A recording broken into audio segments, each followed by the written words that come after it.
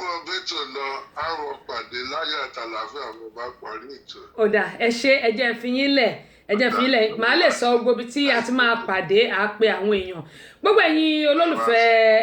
ẹ ṣe sà gbogbo ẹ̀yin olólùfẹ́ Top Rated gẹ́gẹ́ bí mo sọ gbogbo ẹ̀yin olólùfẹ́ King Rockan yẹn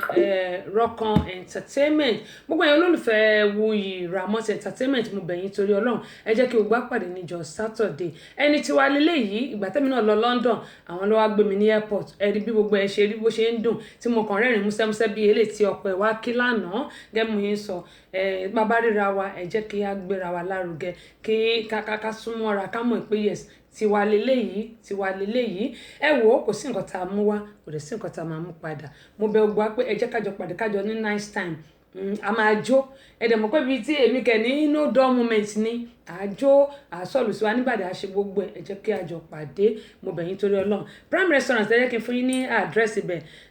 Prime African Restaurant ó wà ní 7346 Highway 85 Riverdale Georgia ẹ lè kàn sí wọn lórí aago yìí 678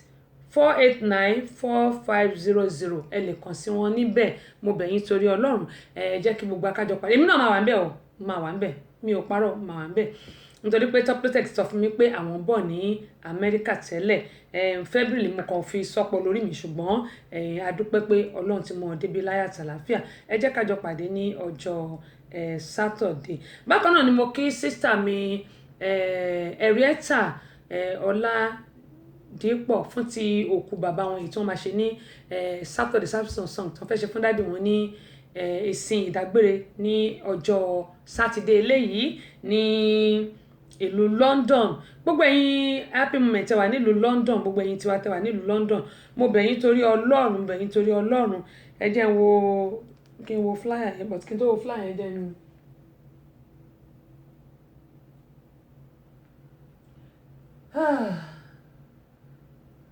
gẹ́gẹ́ mo ń sọ ẹ má gbàgbé mo bẹ̀ yín torí Ọlọ́run gbẹ̀yìn tẹ́ wà nílùú London ẹ jẹ́ kí a jọ bá sísítà wa torí pé láìsí ẹ̀yin kò sí àwa ni mo ṣe ń sọ pé ẹjọ́ tó lọ́dọ̀ gbẹ̀yìn tẹ́ wà ní wẹ̀yìn ti London sísítà mi Ọládípọ̀ Henrietta tí bàbá wọn tí wọ́n lọ sùn nínú Olúwa ẹ jẹ́ kí a bá wọn ṣe àjọyọ̀ ti service of song ìyẹn tí wọ́n fẹ́ ṣe fún bàbá ní ọjọ́ sátidé nílùú London ṣe mọ̀ pé ọ̀pọ̀lọpọ̀ wa ni ò lè ráyè lọ sílùú Nàìjíríà ṣùgbọ́n àtàwà nílùú London mo bẹ̀ yín torí Ọlọ́run ẹ jẹ́ kí a gbìyànjú kí a lọ kí káká lọ dúró ti sísítà wa kí a bá wọn ṣe torí pé ẹnìkan náà ló máa bá wa ṣe tiwa nígbà táwọn èèyàn wa bá dàgbà gbogbo ànífọjọ́ lọ́jọ́ lọ àwọn arúgbó wa wọ́n á dàgbà wọ́n á fọ́ pa oko tó di pé wọ́n lọ láṣẹ Elédùmarè. Ètò Tẹ́sí Show àwọn ọmọdé ò lè máa gbọ́. Àwa ọ̀dọ́ náà ò lè fi ṣeré. Yèyé Agbáṣàga ọba obìnrin olùṣètò a máa ń gbádùn ẹ̀ gan. Tẹ́sí Show ìyálòde amúlùúdùn àwọn àgbàlagbà gan ààyò ètò rẹ̀ là wá. Tẹ́sí Show ambassador rédíò amúlùúdùn rìnsólẹ̀.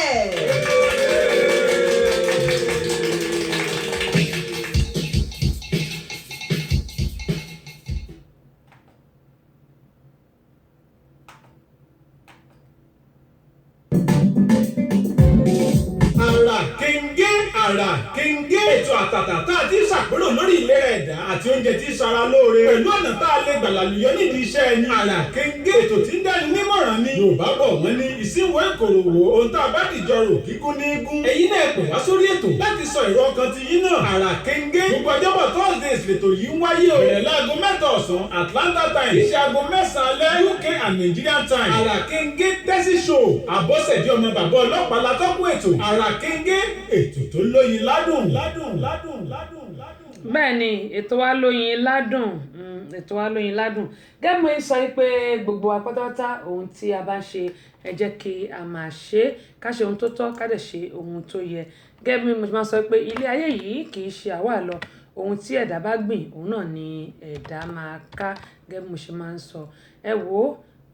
ohun gbogbo ló ní àkókò àti ìgbà tiẹ̀ mo bẹ̀ wá torí Ọlọ́run ẹ jẹ́ kí a gbìyànjú tiwa. Ẹ̀gbọ́n mi Owófadé Ọlábọ̀dé mo dúpẹ́ fún gbogbo àwọn àtẹ̀ránṣẹ́ tí ẹ máa ń tẹ̀sí mi ní gbogbo ìgbà yóò dà kò ní bàjẹ́ ṣé gan ni. Akínmọ́lálẹ́ òkè mo ti kí ẹ̀yin Oyíndàmọ́lá mo ti kí yín. Ṣé Mọ́túndínlẹ́kọ̀ Adéyẹmí wọ́n ní hello my sister, I have a story to share with you, urgent. Wow, okay. Ṣé ẹ fẹ́ bá mi Adéyẹmí ṣé ní ti bá parí ètò ni àbí lórí ètò yìí? Kò sí nǹkan tẹ́ tó bá parí ètò lẹ fẹ́ bá wa sọ ó wà okay, you're welcome. Tó bá dẹ̀ pé bóyá lẹ́yìn tí n bá parí ètò náà ni èwo lẹ fẹ́ ẹ text ẹ̀. Ṣé nígbà tẹ́ ní urgent ṣé ẹ fẹ́ sọ lórí gbogbo ayé ṣàpórí program mo wà sórí gbogbo ayé lẹ ti fẹ́ sọ Adéyẹmí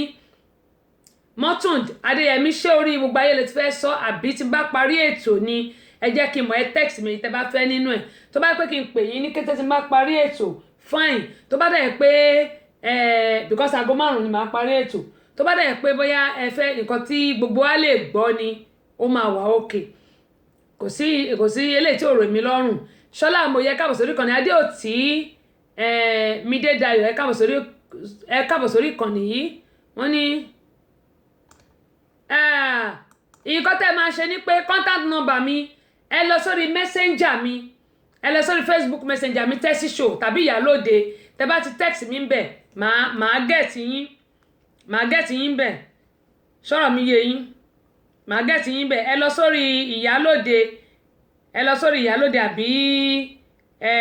Tessy Show. Tẹ́ bá ti lọ sórí méjèèjì yìí màá get yín ní orí ibi tí mo ti lè get yín nìyẹn. Bákan náà ẹ̀gbọ́n mi Owófadé wọ́n ní ẹ kú ètò Ọlọ́run ní ṣètò ẹ̀.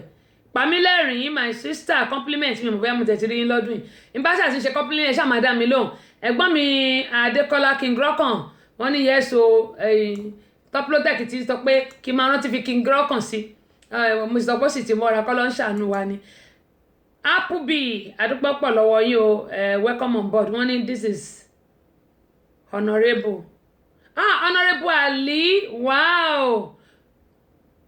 Dodo Balogun because you put Applebee now báwo la ṣe máa mọ̀ okay compliment of the season ṣàlàfíà lẹ wà Olúwa ṣeun ó mà ga o iye orúkọ tẹ́ ẹ̀kọ́ yìí ò jẹ́ àmọ́ ó ti ẹ̀dá tẹ́ ẹ sọ fúnra ara yín ẹ ṣe gan ni. Kọ́lá Ọlátókẹ́ mo dúpẹ́ lọ Emmanuel Windex welcome on board my dear, how you doing? Fadiyat Akeem adúpẹ́ pọ̀ lọ́wọ́ yín o from Texas mo ti mọ̀ ìgbà tẹ́ sọ pé Honorable Ali mo ti mọ̀ láti Texas ẹ ṣé gan ni ẹ káàbọ̀ sórí ẹ bá mi ṣe àwọn fídíò yìí káwọn èèyàn kan lè máa rẹ́ kọ́kọ́ fún àǹfààní àwọn tí wọ́n ti darapọ̀ mọ́ nígbà tí mo tẹ nǹkan tó ṣẹlẹ̀ ní ìlú Amẹ́ríkà kó ṣe ọ̀dọ̀ wa nìkan o all over US ni màá tún tẹ̀ fún àǹfààní àwọn tí wọ́n ṣẹ̀ wọlé nísìn. Wọ́n ní Tessy Show okay ẹ jẹ́ ńlá ìkélé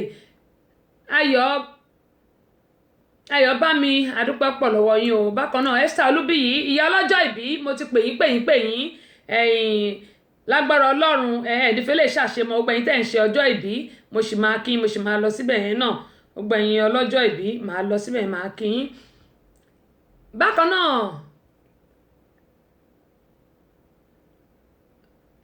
Bọ́lájí ọlọ́mọ ẹ̀kẹ́ka mi lẹ́yìn ṣé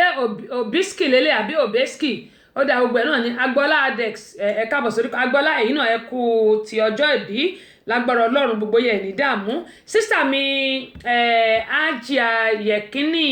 Àjọkẹ́ àwọn náà ń ṣe ọjọ́ ìbí wọn gbogbo ẹ̀yin tẹ́ ń ṣe ọjọ́ ìbí pátá ni mo kí o gbogbo yín ni mo kí pé ojú yín yóò mọ̀ ọrọ́dún ní fi eléyìí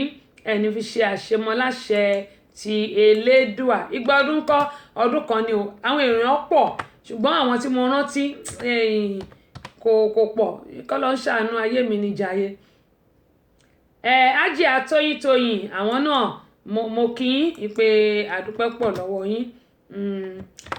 Gbogbo ẹ̀yin tí mi bá ti rántí dárúkọ ẹ mọ́ bínú sí mi o gẹ́gẹ́ mo ṣe máa ń sọ wípé ó pọ̀ lórí dáadáa ká má wí mi. Ọlátóyè Agboola ẹ káàbọ̀ sórí kan ní. Ètò pàtàkì láti tẹ́sí ṣò ara kéńké rédíò àti tẹlifíṣàn ara kéńké ìyálóde amúlùdùn ara kéńké àbàtàdọ̀ amúlùdùn ara kéńké òun la tọ́kùn ètò yẹn ara kéńké ètò ìbùdó ara kéńké máa ìbúrò jọ ara kéńké tẹ́sí ṣòro wa yìí jọ ara kéńké mẹ́lẹ́dì sáré wípé mẹ́kọ̀jọ ara kéńké èmi kò jẹ́jọ ara kéńké kí wọ́n lè má jọ ara kéńké èmi náà kò jẹ́ wájọ ara kéńké wọ́n pèsè ara kéńké lọ́kùnrin kan ara kéńké ara kéńké yé ara kéńké ara kéńké ara kéńké ara kéńké. Bẹ̀bẹ̀ Aládìsá nìyẹn adúpẹ́ pọ̀ lọ́wọ́ wọn gbọ́n tí wọ́n bá ṣe jíngù yìí náà ní adúpẹ́ lọ́wọ́ ẹ̀ wọ́n ní behind of a successful woman there must be a man and there must be somebody maybe daddy mommy brother whatever ṣùgbọ́n adúpẹ́ pọ̀ lọ́wọ́ gbọ́n wọn tí wọ́n jẹ́ alátìlẹyìn Abọ́sẹ̀dé lórí gbogbo nǹkan tí ẹ̀ ń gbọ́ yìí ẹ̀gbọ́n mi Dèjì Adénúgà mo kì í pé ẹ káàbọ̀ sórí ìkànnì yìí sista Yẹmí Kọ́ṣálàfíà ni Bọ́lá Àdùfẹ́ adúpẹ́ pọ̀ lọ́wọ́ yín ó dàgẹ́ mo sọ pé mo ní fàǹfààní àwọn tí wọ́n ṣẹ̀ darapọ̀ mọ́ wa ẹ jẹ́ kí àtẹ kìíní yẹn lẹ́ẹ̀kan sí torí pé eléyìí àwọn nǹkan tí a lè kẹ́kọ̀ọ́ nínú ẹ̀ ni Abọ́sẹ̀dé máa ń mú wá sí orí ètò nítorí pé ká lè mọ bí a ṣe máa ṣe àti ọ̀nà tí a máa gbé nǹkan gbà. Some new immigration laws are going into effect that could get you deported even if you're a permanent resident. They mainly center on tax returns. NBC2 chief political reporter Dave Elias details some of the mistakes. Well, the USCIS office has some new rules that are going into effect in 2020, and not knowing what they are could get someone with a green card kicked out of the country for good. It's a beautiful country. We're very happy to be Americans right now. Andrea Trellis, her husband, and her 7 children Once-in-a-life opportunity. became American citizens today. It feels great. Excited? Yeah. To no longer be green card holders at risk of being deported. Yes, I've seen mistakes being held against people. She's talking about the new USCIS laws, not admitting you're an immigrant on your tax return or failing to report some of your income can get you deported. Now, if you're a young man between the ages of 18 and 25 and you hold a green card, not registering with Selective Services could get you deported. These are all reasons for denial of citizenship, denial of green cards, and abandonment of green card. Even a vacation overseas could now cost someone their green card. So something like a prolonged visit overseas can have such a big impact on someone's life. So absolutely, I'm warning folks about these things. Some are no longer willing to take the chances and instead becoming U.S. citizens to avoid deportation. He always was living here. I was born in New Jersey, so she's always been with us. It was just, taking her to that step to get there. The U.S. government is cracking down. Unfortunately, a mistake is not a valid answer or a valid reason for, okay, we'll let it slide. Now, Attorney Indira Damine tells me that right now getting a green card is more difficult than it has been in the past, and she says it is important not to make any mistakes. In Fort Myers, Dave Elias, NBC2. ṣe ti gbọ́ fàǹfààní àwọn tó yẹ pé wọ́n ṣe ń darapọ̀ mọ́ mi Ìmọ̀yọ́sọ́lá Adétòrò bàbá àfẹ́ wọ́n ní àràkéńgé náà níbẹ̀ ni bẹ̀bẹ̀ Aládìsá nìyẹn àràkéńgé gẹ́mọ̀ yìí sọ pé fàǹfààní àwọn tó jẹ́ pé wọ́n ṣe ń darapọ̀ mọ́ wa tí wọn ò gbọ́ngbà tí mo tẹ news yìí ìgbà tí wọ́n sọ mo ń láti record ẹ̀ kí a lè kọ́ ẹ̀kọ́ lórí ẹ̀ pé gbogbo àwa tí a wà nílùú Nàìjíríà tó jẹ́ pé a fẹ́ máa sáré bọ̀ wá sílùú Amẹ́ríkà ṣe ti rí báyìí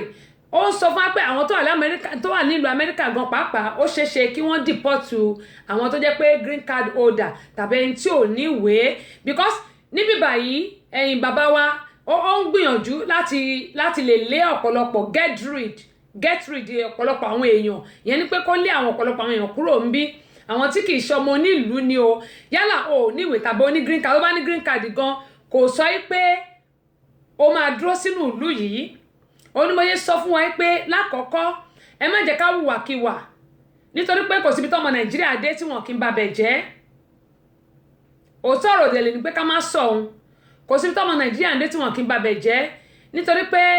ọ̀pọ̀lọpọ̀ ọmọ Nàìjíríà ló jẹ́ pé tọ́ bá ti dé ìlú Amẹ́ríkà báyìí owó ni wọ́n ṣà ń wá wọn ò ní káwọn ṣiṣẹ́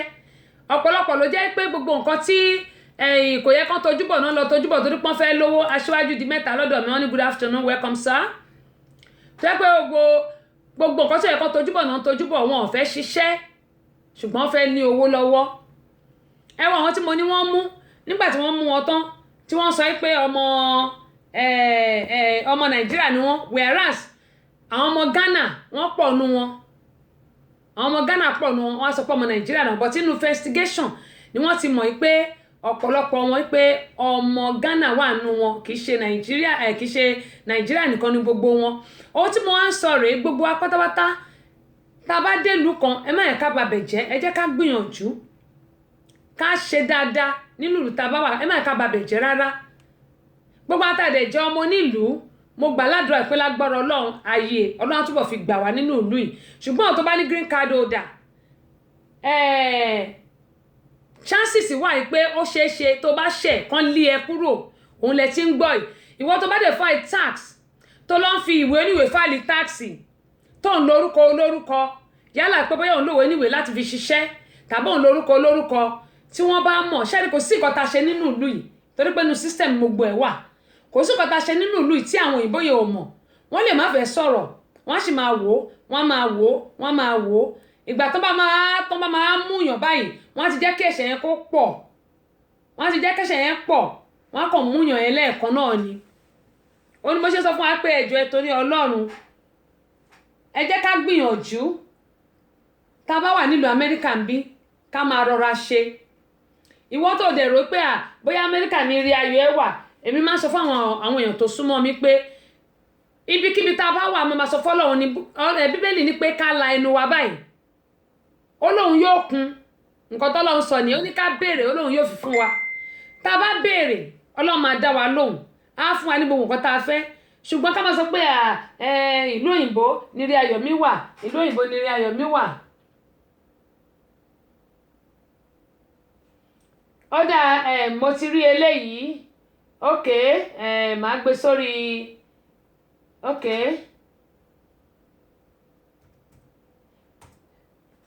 Toplotech nìyẹn ó ti sáré ṣe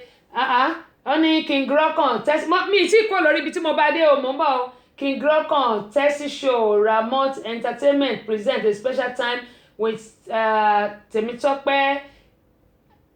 Aiza Ibrahim CEO of Toplotech Entertainment UK venue Prime African Restaurant 7346 Highway 85 Riverdale Georgia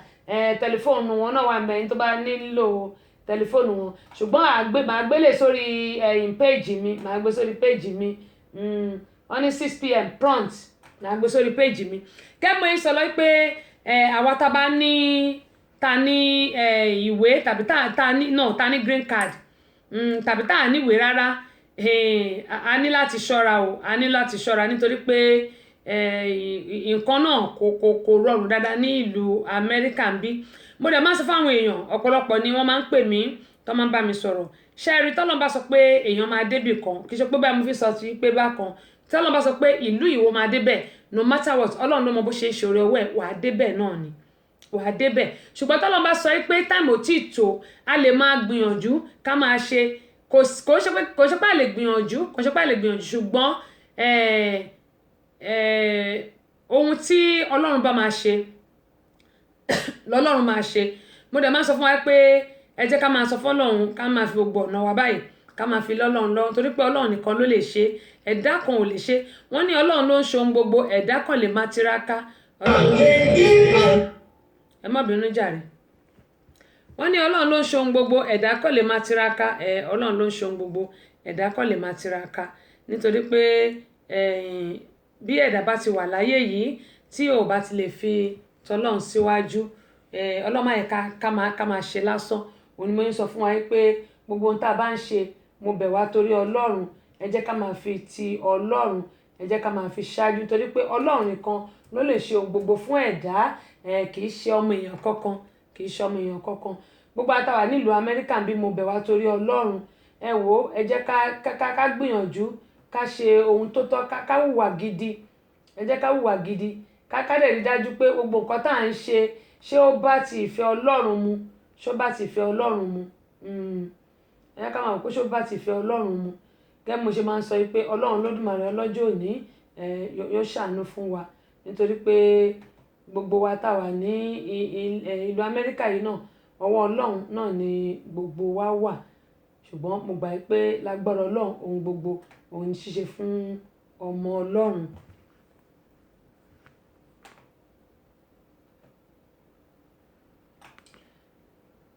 eléyìí tí mo gbé sí orí page mi bẹ́ẹ̀ tí mo sọ pé a man killed and a man was killed and cut into pieces and dumped on expressway. ohun tí mo gbé síbẹ̀ yẹn gẹ́gẹ́ bí mo sọ fún wa pé ìrírí ayé wọ́n ní kìtì ní títí kó ti ní pàtì àmì ìwé kábọ̀ sórí kan nìyí ọgbọ́n kọ́ òun náà ni ó fi ń kọ́ ni wọ́n ní kí a má ṣe trust ẹnì kankan ká má ṣe trust ẹnì kankan ta ni ó ṣe é gbàgbọ́ ta la lè gbàgbọ́ ta ni a lè finú tán ta la lè finú tán ta ló ṣe é gbàgbọ́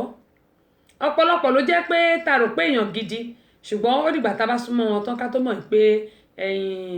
nǹkan tá a rò nípa wọn bẹ́ẹ̀ kọ́ ló ṣe rí bẹ́ẹ̀ kọ́ ló ṣe rí ṣùgbọ́n ju gbogbo ẹ̀ lọ Ọlọ́run Olódùmarè òun náà ni ó máa ṣàánú gbà torí pé kò sẹ́ni tó lè dára ẹ̀ ṣọ́ àfi ẹni tí tọ́lọ́run bá ṣọ́ àfẹn tọ́lọ́run bá ṣọ́. orin Dáfídì orí kẹtàdínláàádóje ẹsẹ̀ kìíní apá kejì rẹ̀ wípé bí kò ṣe pé Olúwa bá pa ìlú mọ́ olùṣọ́ jí lásán. mo wá gbà á ní àdúrà pé gbogbo tí ẹ kó wọnú ọdún yìí ẹ ní pàdánù kankan bẹ́ẹ̀ o nínú ọdún yìí ẹ ní pàdánù ẹ̀mí yín o Olúwa yóò pa yín mọ́ tilétilé yóò pa yín mọ́ tọmọtọmọ yóò pa yín mọ́ tọkọtọkọ yóò pa yín mọ́ tayataya ara pípẹ́ lẹ gbé wọnú ọdún yìí ẹ ní daláàbọ̀ ara ń bẹ̀ o ẹ ní pàdánù apá ẹ ní pàdánù ẹsẹ̀ ojú yín ò ní fọ́ o láti ìbẹ̀rẹ̀ ọdún yìí títí dé ìparí rẹ̀ ẹ ò ní ní àkọsílẹ̀ ìbànújẹ́ kankan a tilẹ̀ kọ́ nípa ti ẹ̀yin ènìyàn yìí nínú ìwé orin Dáfídì orí 111 ẹsẹ̀ 11 àti 12 pé nítorí tí yóò fi àṣẹ fún àwọn áńgẹ́lì rẹ̀ nítorí yín láti pa yín mọ́lẹ̀ ọ̀nà yín gbogbo wọ́n gbé yín sókè ní ọwọ́ wọn kí ẹ̀yin tó má bàa fi ẹsẹ̀ yín gbó òkúta ẹ gba ọ̀rọ̀ Olúwa yìí gbọ́ pé bí ẹ ṣe ń lọ nínú ìrìn àjò ọdún tuntun yìí Olúwa ti fi àṣẹ fún àwọn áńgẹ́lì rẹ̀ o nítorí yín láti pa yín mọ́ wọ́n sì pa yín mọ́ ní ọ̀nà yín gbogbo ẹ ní forí gùn ẹ ní fẹsẹ̀ gùn ẹ ní bọ́ sọ́wọ́ alágbèédá ẹ ní bọ́ sọ́wọ́ agbénipa agbára tẹ́ẹ̀fì ìrìn àjò ọdún yìí ní àrìyè Olúwa yóò gbé wọ̀nyí àkàsọ̀ 12 tó wà nínú ọdún yìí ìkọ̀kọ̀ ò ní yẹ̀ mọ́ yín lẹ́sẹ̀ o nínú ìrèkèrèdò yín lọ́dún yìí ẹ̀ ní bákú pàdé ọmọ aráyé ò ní parapọ̀ gbé yín gbìbí iṣu Bíbélì wípé búburú ti ọjọ́ kan tó fún ọjọ́ kan mo wá gbà á ní àdúrà fún ẹ̀yin ènìyàn yìí pé gbogbo ewu tó bá ọdún yìí jáde ìkọ̀kọ̀ kò ní wu yín níbẹ̀ ìbànújẹ́ inú ọdún yìí kò ní kàn yín wàhálà àti ìdààmú inú ọdún yìí ẹ̀ ní nípìn bẹ́ẹ̀ o ẹ̀rín lẹ́rìn wọnú ọdún yìí ẹ̀ ní sọkún jáde ńbẹ̀ ní orúkọ Olúwa àwọn ọmọ ogun. Ayọ̀ ni mo fi bẹ̀rẹ̀ jẹ́ ń fayọ̀ dáadáa ayọ̀ ni mo fi bẹ̀rẹ̀ jẹ́ ń fayọ̀. mo nítorí pé ayọ̀ ni a fi bẹ̀rẹ̀ ọdún yìí ayọ̀ náà ni a ó fi làájá ó dá Yẹmí Olúwo mo kí yín Túndé Akínwùmí mo kí yín Larry Rótìmí Ọ̀jẹ́ládé mo kí yín Wàsíù Káyọ̀dé Adéwọ̀yìn mo kí yín wọ́n ní ẹ kú iṣẹ́ Ọlọ́run ní ṣiṣẹ́ o ìyànjú lèmi ẹ̀dá ń gbà Applebee wọ́n ní you have a good talk ẹ ṣé jàre ẹ ṣé ṣe mọ̀ pé nǹkan tá a bá ti rí gẹ́gẹ́ mo yìí máa sọ pé kí a lè máa fi gba àwọn èèyàn nímọ̀ràn ká lè máa sọ bó ṣe ń lọ ká máa sọ fún wọn ṣáwárí ti arákùnrin tí mo sọ pé a man was killed and cut into pieces and dumped on expressway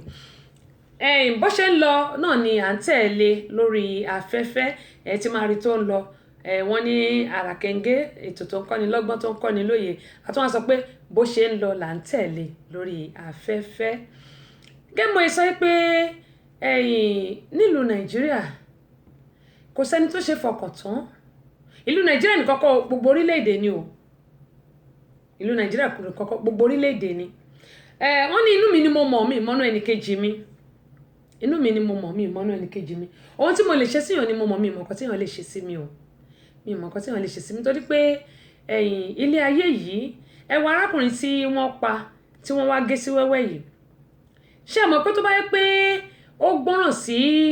lọ́ọ̀yà ẹ̀ lẹ́nu tó ní pé kóun tẹ̀lé ọ̀bá má pa nítorí pé arákùnrin yìí ẹ jẹ́ n wò ná kó má dàbí pé bóyá mo kàn ń sọ lórí gẹ́gẹ́ mo sọ pé ohun tèmi bá rí tàbí tí n bá gbọ́ ó ní ẹ máa gbọ́ arákùnrin yìí jẹ́ ẹni tó ní iléeṣẹ́ àwọn tó máa ń ta generator àwọn nǹkan amúnáwá tó dẹ̀ ní àwọn ọlẹ̀ tó pọ̀ ó ní ìyẹn ní pé tá à ń pè ní property gẹ́gẹ́ bí mo ṣe máa sọ pé èmi nǹkan tí n bá gbọ́ ni màá mú wá sórí ètò ṣùgbọ́n ṣe rí àwọn nǹkan máa ń wà tó yẹ pé wọ́n máa sọ pé kò lè rí bẹ́ẹ̀ ṣó yẹ kó rí bẹ́ẹ̀ ni èmi ò sọ pé ó rí bẹ́ẹ̀ àbí kò rí bẹ́ẹ̀ ṣùgbọ́n nǹkan tá a bá mú wá tó bá yẹ pé nǹkan yẹn kan la bá rí níbẹ̀ tó máa ṣe wá láàánú why can't we use it take it and use it èmi gan tí bá ṣe tán máa tún padà lọ gbọ́ àwọn nǹkan tí mò ń sọ yìí ni màá lọ jókòó màá lọ gbọ́ màá lókè èwo lèmi náà lè fi tún ayé mi ṣe nínú àwọn nǹkan tí mo gbọ́ yìí let me just use it nítorí pé ọgbọ́n ìrírí ayé ní gbogbo nǹkan yìí ọgbọ́n ló dẹ̀ fi ń kọ́ ni ó ní mo sọ pé ní gbogbo ilé ayé yìí kò sẹ́ni tí wọ́n lè gbọ́kànlé àyàfi Ọlọ́run ọba nìkan arákùnrin yìí ó ní àwọn property ilé tó jẹ́ pé ó worth 9 million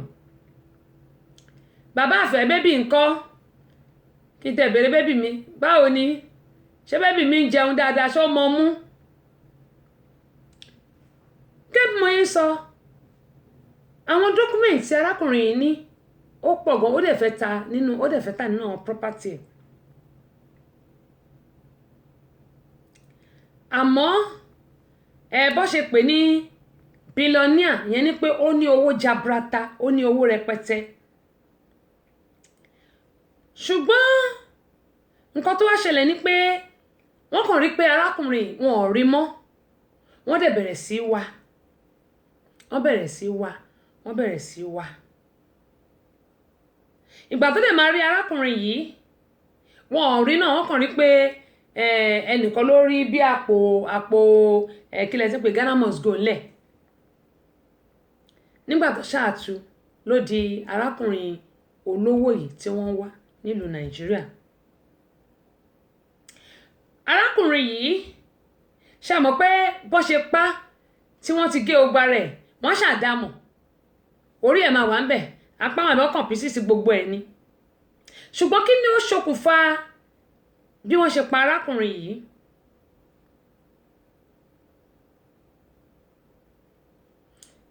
ẹ tún wá wò ńgbà tí wọ́n tún wá pa tán lọ jù sí ẹgbẹ́ márosẹ̀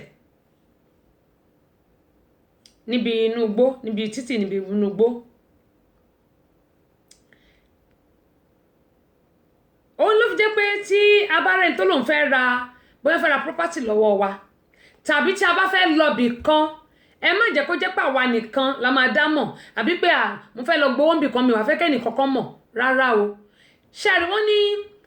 mo kọ kíní kan sórí péjì mi pé wọ́n ní better to be safe than to be sorry better to be safe than to be sorry ìyẹn ni pé nǹkan tá a bá máa ṣe tí tó bá yẹ pé olówó ni